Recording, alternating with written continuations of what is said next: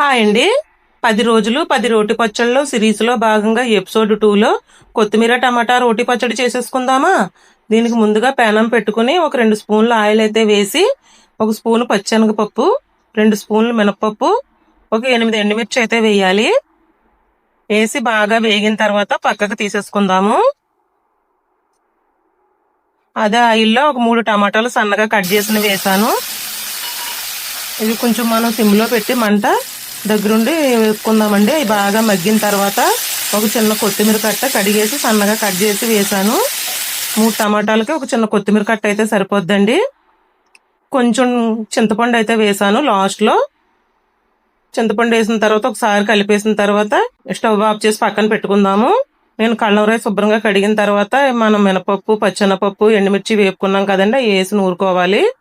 అది బాగా కొంచెం కొంచెం నీళ్లు పోసి బాగా నూరుకున్న తర్వాత పేస్ట్ లాగా అయిన తర్వాత అప్పుడు మనం కొత్తిమీర టమాటా మిశ్రమాన్ని వేసుకుని నూరుకుందాము. ఈ మిశ్రమం కూడా మధ్య మధ్యలో నీళ్లు పోసుకుంటా ఆగుతా నూరుకోవాలి. తర్వాత 1/2 టీ స్పూన్ సాల్ట్ అయితే వేయాలి. బాగా నలిగిన తర్వాత లాస్ట్లో 1/2 టీ స్పూన్ జీలకర్ర అయితే వేయాలి, పచ్చి జీలకర్ర. వెల్లుల్లిపాయ రేకలు ఒక 4 అయితే వేయాలి పచ్చివి. వేసి బాగా నూరుకుందామండి. ఇది చాలా టేస్ట్ బాగుంటుంది రోటి పచ్చడి కొత్తిమీర టమాటాని.